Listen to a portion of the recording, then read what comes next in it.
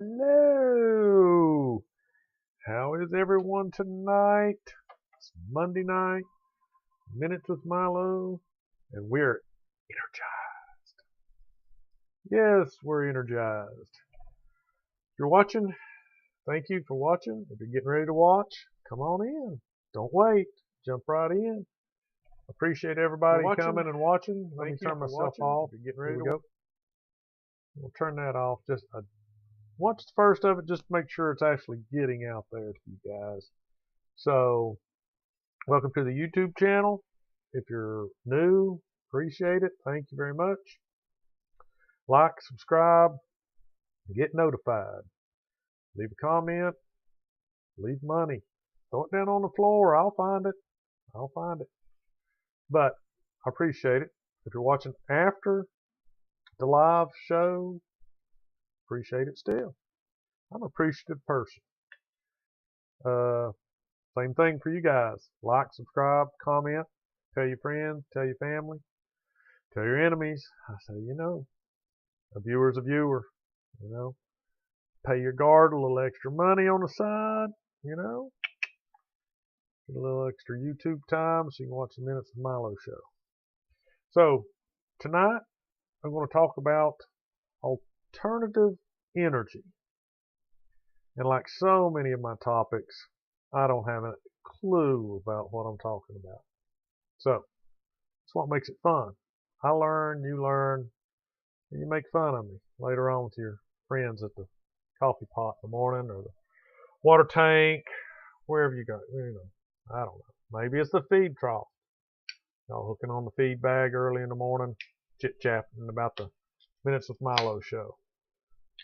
So anyway, there's nobody. Let's see what top chat. We don't want top chat, buddy. We want it all.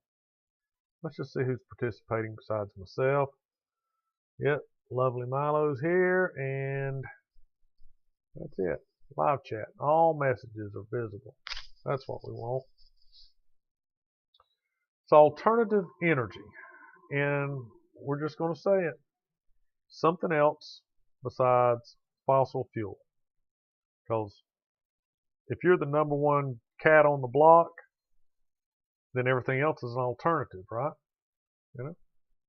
So a mullet was an alternative hairstyle. Maybe it wasn't the ducktail. I don't know. Whatever the top kid on the block was in hairstyles back when mullets were popular. I don't know. So, alternative energy. I didn't say fuel. Which is kind of funny. I guess everybody associates fuel with cars. And alternative energy can fuel, power cars, vehicles, bicycles, airplanes, whatever. Alternative energy might power the home. It might, you know, heat water. It doesn't necessarily have to be something that, you know, gets you from point A to point B by a mode of transportation. So, alternative energy. And holy cow, what kind of junk is going on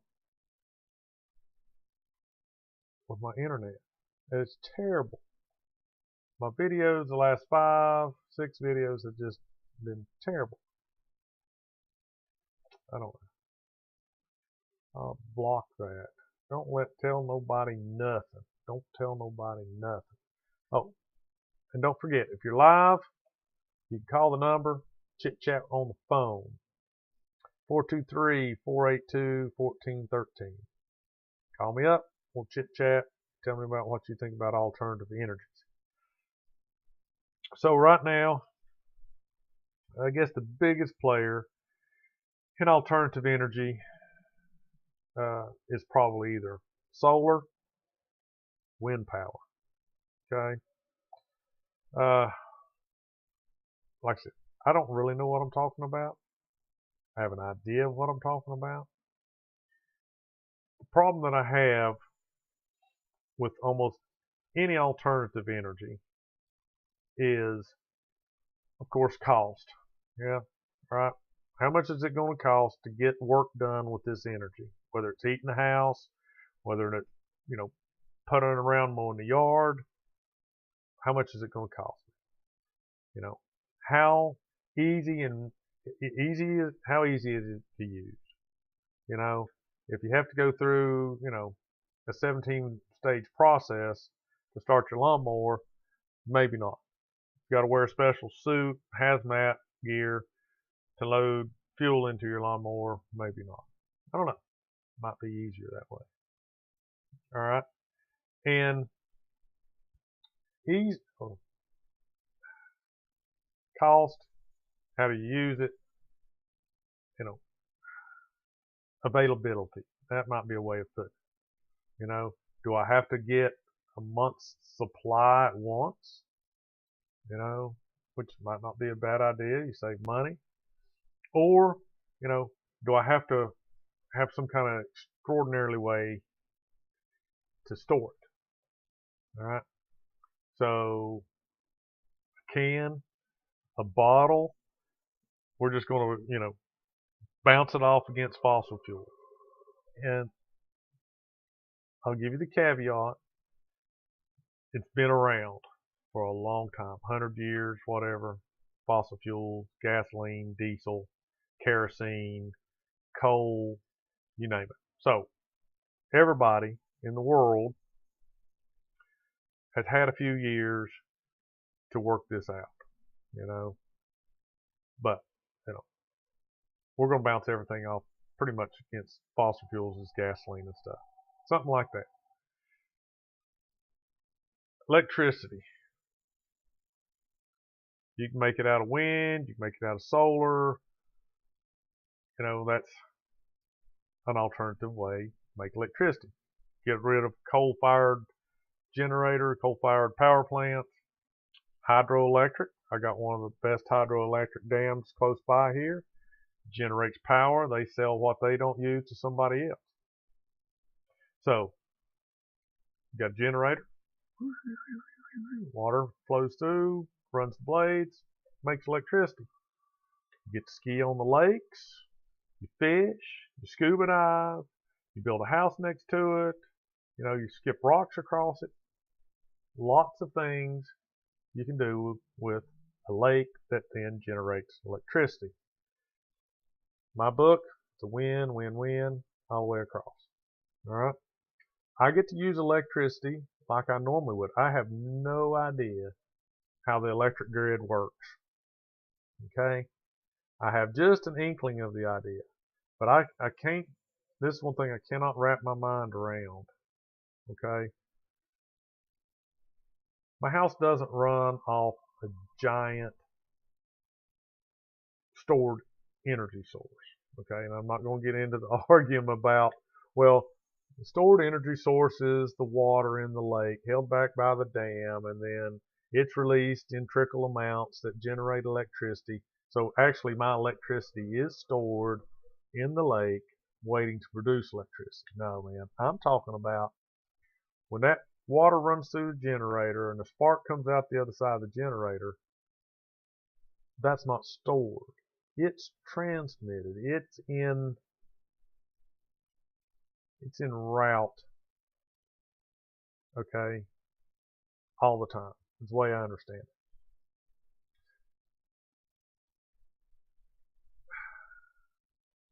They flip a switch, electricity, you know, still comes out the end of the generator. It just doesn't go anywhere, okay? So I don't get to use it. They turn it on, it comes out, it goes to stations, it's distributed. But when I turn the lights off in my house, where does the energy that I was using, where's the electricity that I was using, where does it go? Does it go back into the stream and then they sell it on up the line to New York, to Wisconsin, to wherever, you know, the customers might be? How far does that stuff go? And when does it just peter out? Okay? That's the part I don't understand. But I do know that it's not stored in a battery somewhere. All right? Because that would convert the AC electricity they use in the house to a direct current DC. I just don't do that. And that's what I see an issue with, you know, solar or wind, you don't use it a lot of it. You don't use a lot of it on demand. You store it. You have to store it. So at night, when I'm sleeping and I have a wind turbine, do I just shut it off? No, probably not. Let it spin, charges the batteries.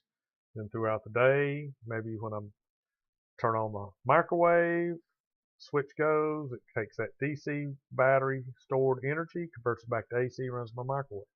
Maybe that's the way it works. But I have to store it. Okay?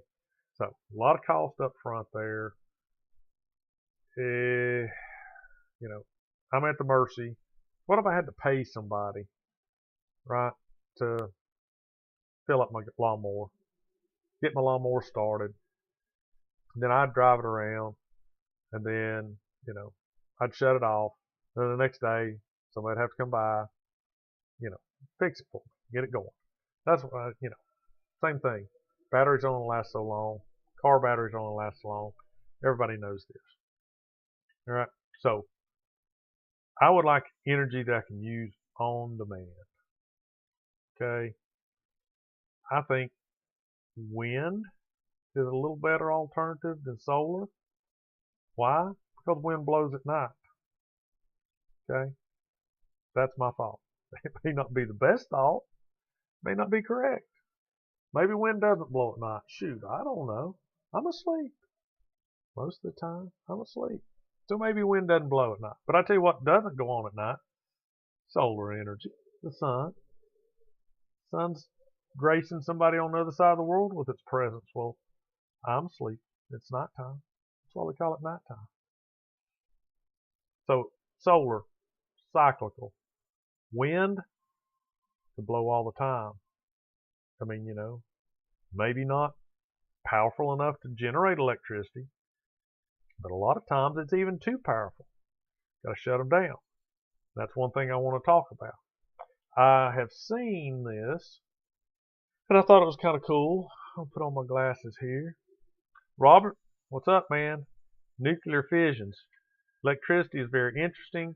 It's almost alive. But you can kill it, like, boom. They cut the water off to the dam, turn the switch off, no more electricity.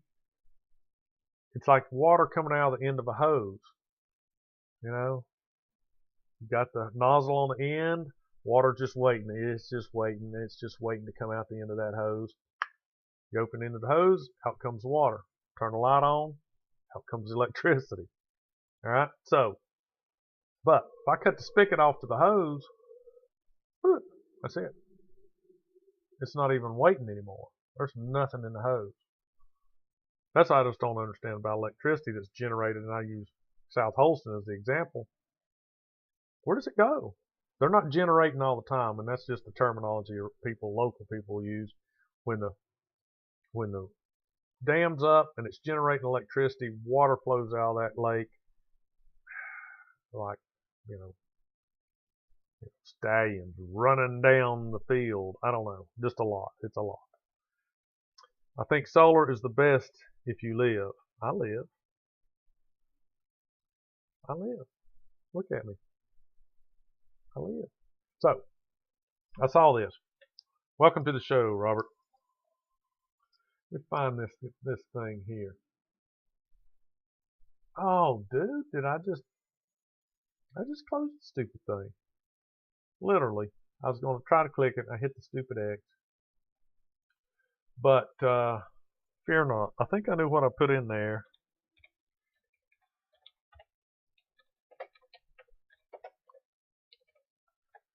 To get this up.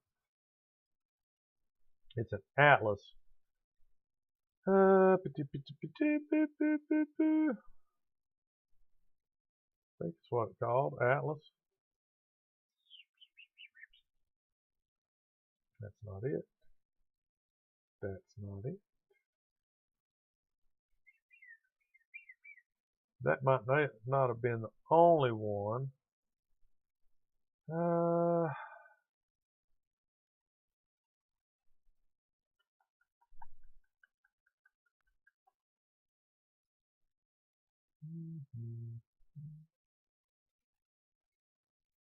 But let's just look at it. I think it was called the Atlas.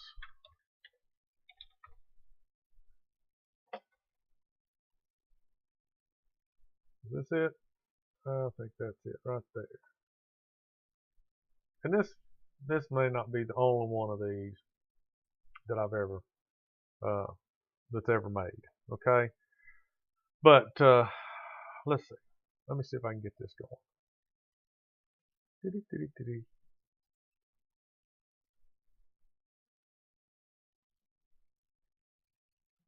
All right, make that viewable. Let's shrink me down. You know how this works, people. Give me a second. Give me a second. Give me a home where those buffalo roam. What about that? Wow, why does it look like that? Let's put that right there. All right. So this is the Atlas, okay? And the way that I understand this works, notice that price tag, $1,400. All right. And the way that I think that this works is each one of these quarter barrels, these little blades, call them, I don't know what they call them. It's a wind turbine, and as the wind blows harder, if you want to control, if you're in a hurricane, you can't, this thing just blow off its little, rod. So you can control that by shrinking down those blades and giving the wind less space to push against on those blades. And if you turn it completely in on itself, then of course the wind just, it's like blows around it, doesn't even spin it. But this is probably not the only way to do this. But this is what I like about it, is because if you have a big giant propeller prop style, you can turn those faces, I'm sure, to help adjust that speed or pick up more wind. But, they're still out there, and they're still subject to that wind, and they're huge. I don't know how big this thing is. This might be tabletop size. Free electricity to your home. It ain't free, people. Don't fall for it. It's not free. That's like saying, your car is free transportation. Oh, well, you have to buy it. Yeah, okay, well, you have to have it maintained, but it's free transportation. It's free. It ain't free, people. Anyway, I like this design. And like I said, the thing I like about wind power is, look, it's nighttime and this thing's already spinning. There's barely a breeze blowing and this is already spinning. That's what I'm talking about. It's got this nice little setup. But wind blows at night. Wind can blow 24/7. It's possible, depending on where you live. And just the other night here, we had winds that were in the 40s and faster sometimes. I think, storage aside, if you use it on demand or you have to store it in batteries, or you shoot it into the ground and then it comes up in your neighbor's house, I don't care. That's not what I'm talking about. I'm talking about actually being able to make, in this case, energy, electricity, throughout the day. Light and dark. Wind. That's all I got to say. Wind. It doesn't care if it's nighttime, doesn't care if it's daytime. It doesn't care if it's raining, cloudy, snowing, wind. Wind, I think, is a lot. I thought, therefore I was. What was you? You thought you was, but you ain't all that and then some, right? All that in a box of crackers. So, wind. Forget all about storage. Wind, I think, if you're looking at solar or wind, wind. Solar, I think, to be the most efficient, it should be facing the sun directly all the time. If you can face it the whole time as it's arcs across the sky, solar, I think, is more efficient. Now, in something like this, wind, open and close. Oh, Aaron, hello. People, we have a new visitor. Somebody, a new face, kinda. Am I wrong? I probably am. But I'm sure there's other adjustable ones. And I just happened to come across this one because I saw, one of these little advertisements about, it's the best, latest, greatest blade design, yada, yada, that they've come up, with wind. So if I were comparing solar and wind to, if I was going to generate electricity to store, I think wind.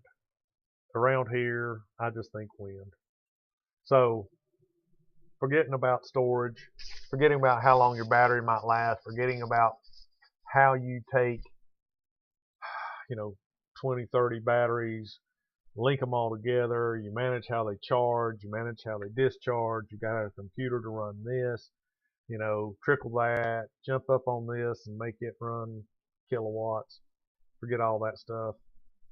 Once you generate the electricity either by solar or wind, you've got to do something with it. You either just let it, piss away into the wind, you don't use it for anything, or you store it for later use. That's your only alternative. You can't put this into a can. You can't put electricity. Okay, I'll take that back. You can put electricity into a plastic box, and carry it around, and you can use it. So, electricity, alternative energy, wind, I think is a good way to go. All right. So, with batteries in my mind, forefront, lithium, lead. So you could spend a week talking about batteries and technologies and how it's good, it's bad, it's indifferent, that kind of stuff. But one of the things, hey Cleo, Hobo Shoestring on YouTube, how he charges his what? Wait a minute, I can't. One thing I don't like about this chat. Somebody else post something so I can see the rest of his chat. It's down here at the bottom. It won't show it to me. All right. What's he charge? Charge his cell phone while he's adventures. Okay. Let me jump on this real quick because you brought this up. Here's another thing that I thought was really cool. Maybe this is what he's using. I don't know. It's called the water lily. Okay. You can see this. And this is like a little water generator, water wheel, call it what you want. Now, I don't know if this one actually does it, but you tether this, as you obviously can see, in a stream, and I'm sure it's waterproof, so it spins with the water current, generates electricity, it comes out, probably charges a battery, USB and all that kind of stuff. Okay, so his uses wind, and I didn't pick that one because I was thinking about streams, but now I think I have seen one that's this kind of style, this kind of design, but you can take it out of the water and put it on like a tripod or a pedestal, and it would blow in the wind. Maybe I'm wrong, but I have seen the ones that they put on backpacks, put it on a tripod, and it spins. So that was when I did I did portable wind generator, portable water generator, water wheel or something. It gave me a list, and you could pick one of the either the wind or the water. But I thought this one was cool. So I don't know why they don't have. Let's see, wind lily. Okay, that's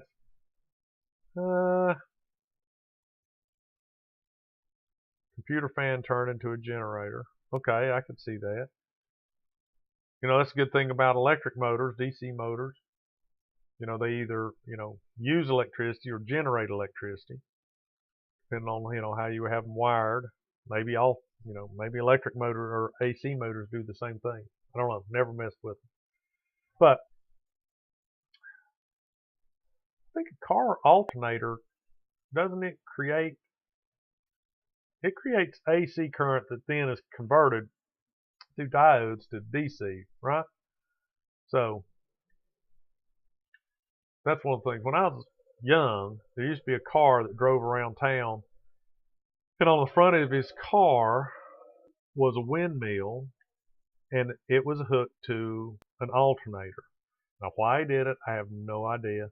But you'd see that thing driving around and it had like a tripod bolted to the bumper, legs bolted to the bumper and to the hood, and there's a pretty good size, fan on the front of it. And he would turn an alternator. I don't know if he was doing it for experiments, but when I was a kid, this was probably mid to late 70s when everybody was, experimenting. The same thing, man. Bell bottoms come back in, mullets come back in, things go in cycles. Late 60s, early 70s it was a green movement, the hippie movement, whatever you want to call it. Everybody was doing, trying to come up with better ways, to fuel things. But anyway, yep. Wind lily, water lily. I thought that was kind of cool. Same kind of deal though. Somewhere along the line, you've got to store that. All right. The beauty of this one was, and while you're sleeping in your tent, even if it's a quiet night and you're sitting by this babbling brook, it's going to generate electricity, right? Maybe you could use something like this. People just use water wheels to grind grain and crush corn and make meal and stuff. Why aren't more people using, well, I can tell you why. More people using water wheels to generate electricity. Why? You got to store that stuff, man. I hate to keep coming back to that, but, I just don't think technology's there for batteries. And I was going to jump on this a little while ago, and let me see, right here. All right, so I noticed this the other day. It's been not just the other day, but a while back. Nano diamond batteries, innovative energy generator and storage that redefines and revolutionizes the battery as we know it. Its long-lasting properties and longevity are ensured by converting the radioactive decay energy from nuclear waste into energy. Okay, so gravity energy. I don't know if I've heard of gravity energy. Is that like? I mean, I've seen. Is that almost like perpetual motion? Perpetual motion's another whole 2-3 shows about some of those things. Perpetual motion, but this is very interesting. Okay, and I don't know. Will it ever work? And I say no. Why? Because if you look at this, let's just look at this. Ever seen a ram pump? I don't know, man. I don't think so. Let's see what this guy says.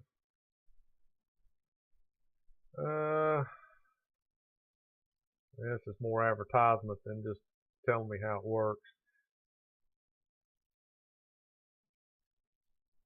Now, I have seen those siphon pumps where it's a little brass or copper ball in a sleeve at the end of a hose, and you stick it down in the gas tank or water or whatever it is you're trying to siphon, and you jiggle it. And as the ball bounces up and down, it makes a pumping action, and it pumps it out of the tube until the siphon starts. And once the siphon starts, you know, it goes on its own. So is that the same kind of thing as a ram pump?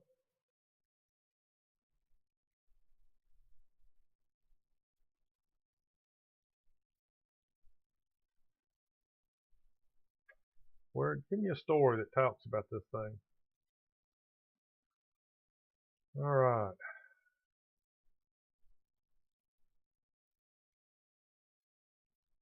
So here it talks about nuclear power being considered a clean energy because it doesn't produce, it has zero carbon dioxide emissions. You know, not to get into any of that kind of stuff, but basically, just because it doesn't emit carbon, should it be considered green? All right.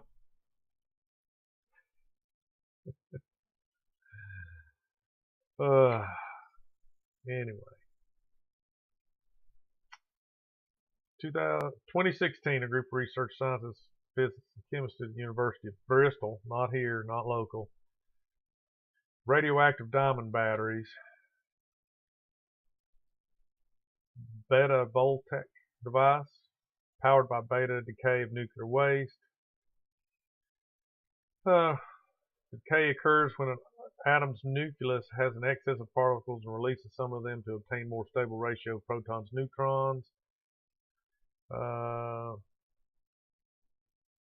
Radioactive batteries are made through a process called chemical vapor deposition, which is widely used for artificial diamond manufacture. Modified the process to grow radioactive diamonds by using radioactive methane containing radioactive isotopes. When exposed to beta radiation, you get a long duration battery that doesn't need to be recharged. The nuclear waste in its interior fuels is over and over again allowed to charge itself for ages with very little to no measurable degradation for over 100 years. Okay? So right there, in those couple of sentences, right. So Clell says, yeah, but the nuclear waste, it doesn't go away ever. Well, ever's a long, long time. And eventually, if you don't monkey with it, it will. I mean, half-life, half-life, half-life, all that kind of stuff. It breaks down over, I don't know, millenniums, whatever.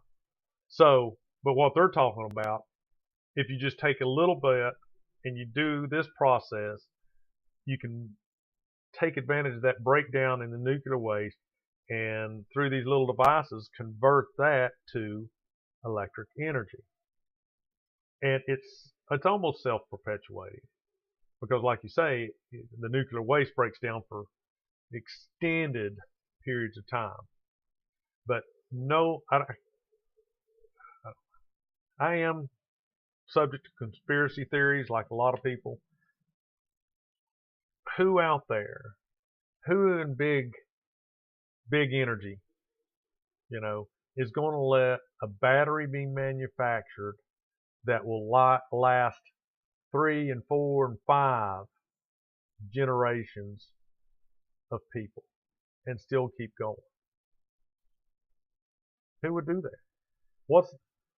How many stories have you heard of back in the 70s, people that made carburetors that would get 100 miles to the gallon, and big oil bought it, hit it, killed them, destroyed it, buried it, whatever it might have been, because it was just too dangerous to their bottom line, their profit margin. Why not? You know, that's not, to me, that's not far-fetched. For people that make lithium batteries that have sunk billions of dollars in lithium and the production of lithium and all that other kind of stuff that goes on to produce these rechargeable batteries, you think they're going to embrace the fact that this battery made with, decaying radioactive material can last 4 and 5, 6 generations of humans and never have to be replaced? I mean, literally, your cell phone, you could leave it to your kids in a wheel and their grandkids, and it would still be telling time and taking telephone calls, you know, well past its useful life. So this is, you know, and it does, you know, what we just talked about as far as, uh, you know, generating electricity through wind or solar to charge a battery, and the battery doesn't need charge. If you can make it small enough to put into a cell phone, you could make one big enough to put in a car. You could make one big enough to put into, you know, an airplane. I don't know. It doesn't talk about how heavy it is. It doesn't talk about how cumbersome it is or how to control, you know, the radiation. I don't know if that's a big part of it or not. You know, if it wasn't, you know, do you think this would ever happen? All right. University of Bristol in England, I'm sure.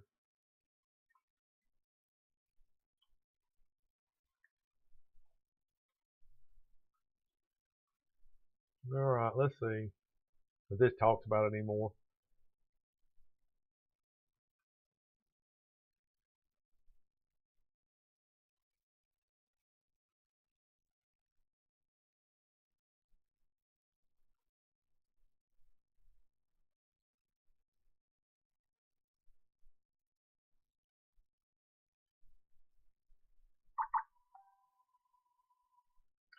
So it doesn't really go into it. It's in a lot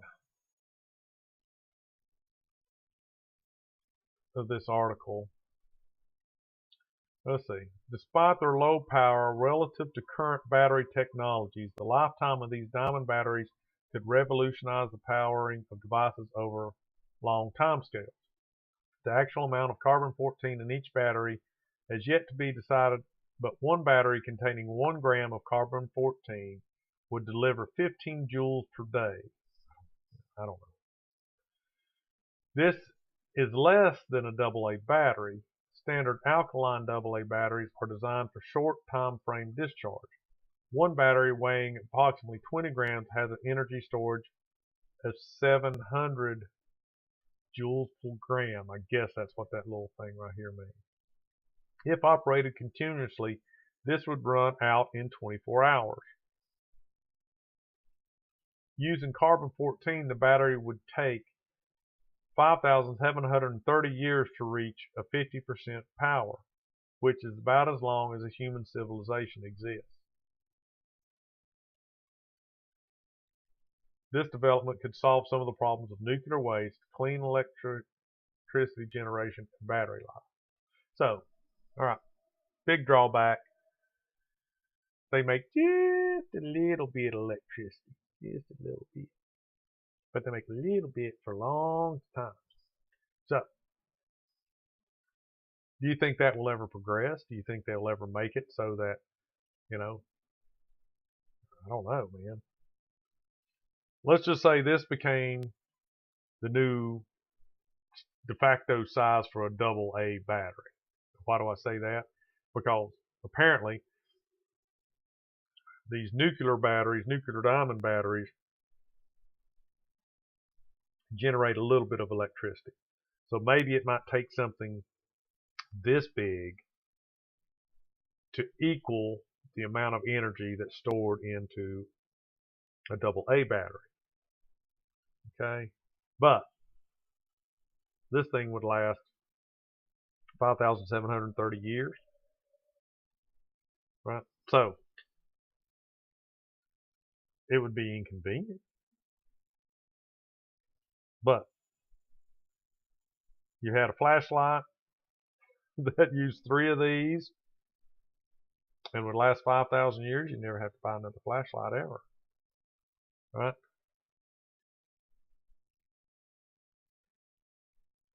If you ever came up with that, if you figure out how to make it clean, it'd be almost limitless. Yes, if you ever came up with that, you'd disappear. That is the whole problem I has been for decades. Yeah, right. What? What are you talking about, Willis? So, you know, we talked about generate electricity, stored it in the batteries.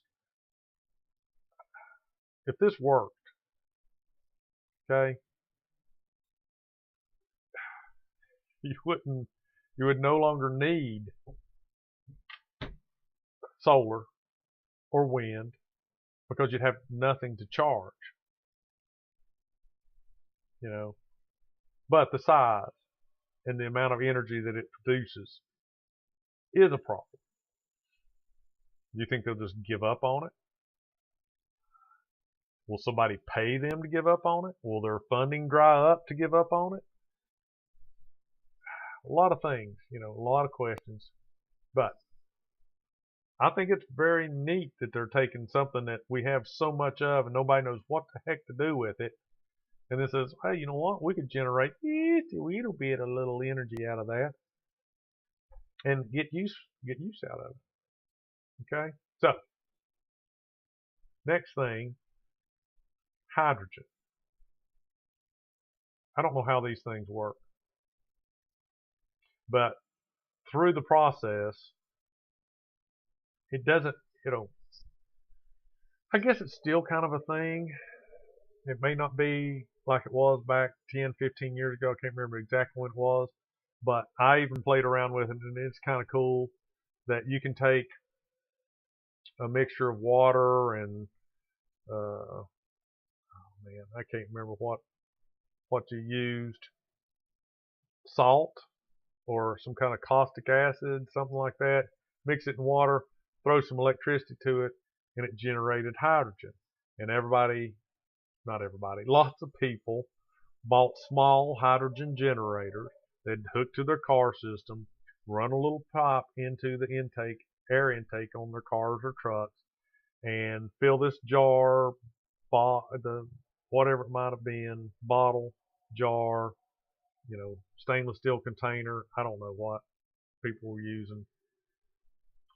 Run, electricity through it, generate hydrogen from water in this mixture, and supplement the fuel and run it in their cars to try to extend the gas mileage in their car. So, these hydrogen cells that they're talking about now here in this convert through, I don't know what you'd call it, the chemical energy of hydrogen and other fuels to cleanly and efficiently produce electricity. Okay, we come back to that again. Electricity. Everybody wants to think they want to go electrical. Why? I don't know. This is what I came up with as alternative. And if you start looking at that, hell, there's not really an alternative energy there, right? It's just different ways to make what? Electricity. Maybe that's just what I got hung up on. But hydrogen can be used as a source of fuel by itself. We get back to that energy argument. Are we talking fuels for running like cars and lawnmowers? Or are we talking the energy that can be used to power your house or power a car or, your hair clippers? There we go, electricity. So maybe we're not too far off on the subject. Electricity, gas, fuel. You could use methane from Bristol landfill. That was one of the things that they talked about. I'll go over here in a second, show you some things that alternative energies, fuels, whatever, that didn't quite make it. But hydrogen, I think, right now there is a hydrogen engine that they're running a car with. But I don't think it's electric. I think it's a version of internal combustion engine. So hydrogen seems to be a little bit flexible. You could burn it like you do, propane or methane or something like that in an internal combustion situation. Or apparently you can use it to generate electricity. But like I think with anything else, your bang for your buck is just not there. And there was a guy on YouTube that I watched, and he was specifically talking about the difference between the power the energy stored in 12 ounces of gasoline and the energy stored in a fuel, an electric cell that say is used in a Tesla, because he was comparing it for powering cars. And there's just no comparison for the amount of energy that's contained in 12 ounces of gasoline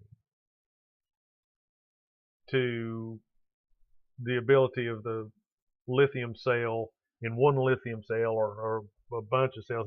He had all the math, and I'm sorry I didn't take notes, but he used cans, he used sodas as an example of how many cans it would take, how many batteries it would take to equal the amount of energy that was stored in. I think he used a gallon of gas, right? And it's just not cost effective. The same thing with the nuclear diamond battery. Creates a little bit of electricity. Okay? You need a lot of it to make enough energy to be used, like we currently use a AA battery. Right? So, same thing with hydrogen, whether you use it as a direct fuel and burn it, or if you use it as a way to generate electricity. You just can't move semi-tractors and trailers that I know of. Maybe I didn't do a deep enough dive into it. So, I don't think hydrogen, as it burns, gives off I'm pretty sure by the definition of green, hydrogen does not produce any kind of carbon when it's burned. All right, so it would be considered a green fuel. So, but it's just not effective. Like at the beginning of the show, it's got to be readily available. It's got to be easy to use. It's got to be cost effective.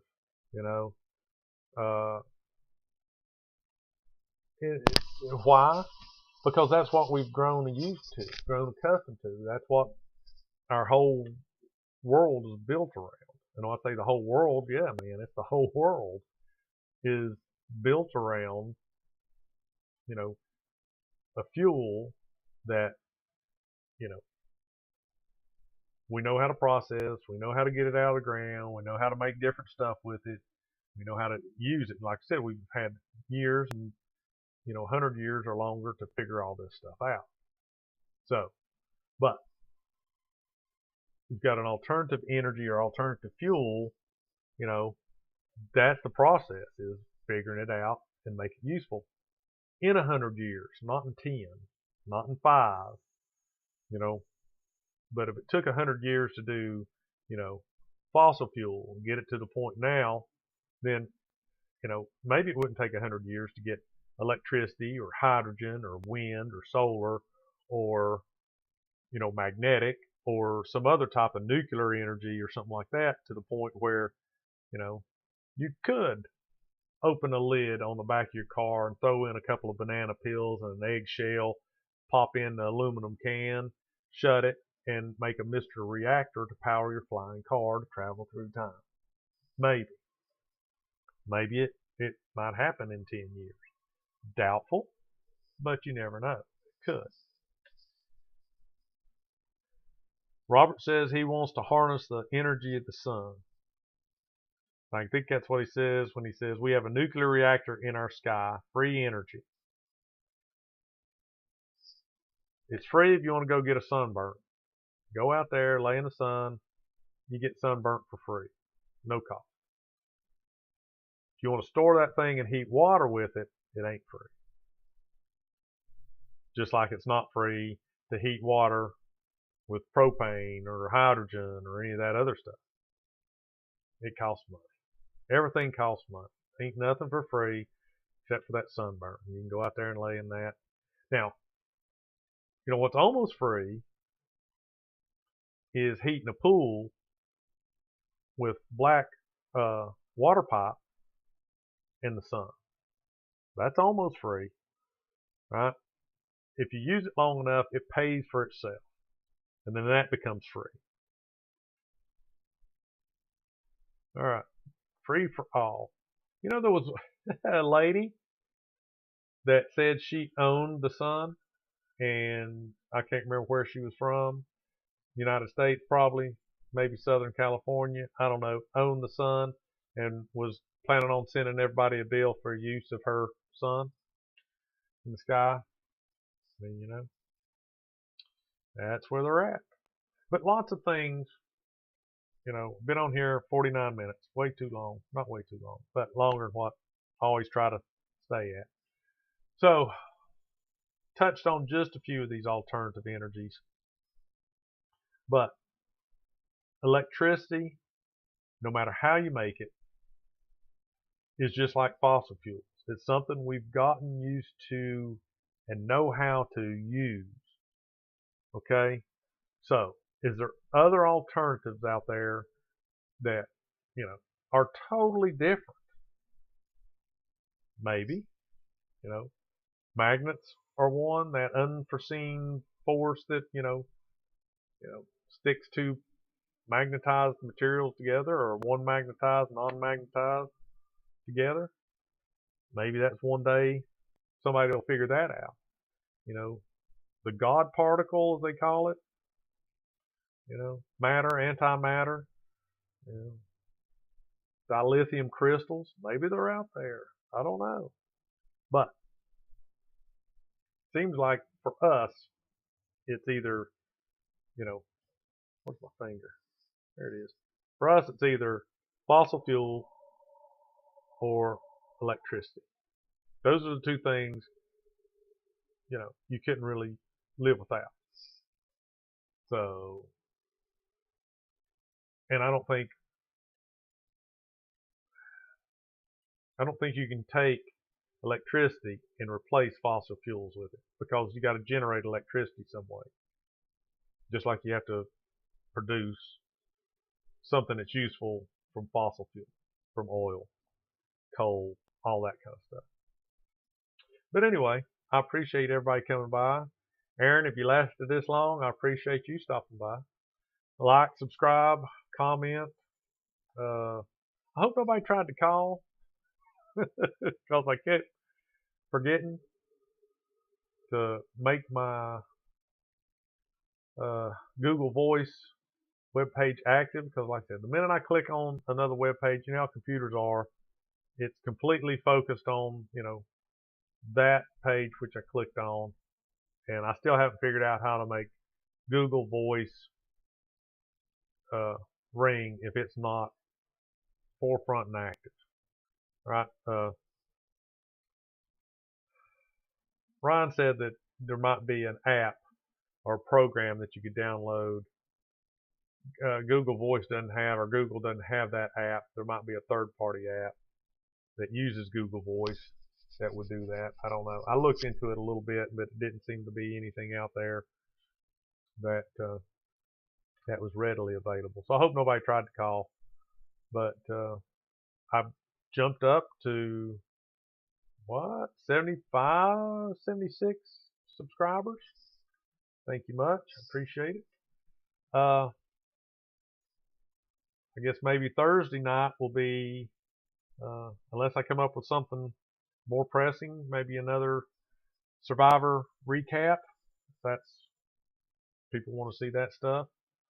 I might do it even if people don't want to see that stuff, because I don't know, I like to hear myself talk, and I make a pretty good picture right there in my little corner. I never can do this. Ooh. It's like rubbing my head and patting my belly. I can't do it. This thing's flipped around like this side. I don't know what's left and what's right. So anyway, come up with alternative energies. There's some crazy. I tried to find crazy ones. I didn't get to the 10 that never made it. People believe you can magnetize your fuel lines in the car to improve your gas mileage. There's devices that power the car through mystic vibrations or something. I mean, there's Wish I could remember that stuff too, man. I've seen all this stuff. I've read some of this stuff years and years ago, but it's just kind of crazy what, Maybe we could just build a giant pyramid on top of the car. Pyramid triangle power would then infiltrate the car, and we could put some crystals in the wheels, and that would make the wheels turn. And then a little blow of energy, you take right off. Work on that, Cleo. Make it happen. Wood. I should have looked into a wood powered, smoke powered, whatever that is, car. They did it. Somebody made one of those things. They used to do it. Daggone it. Yep.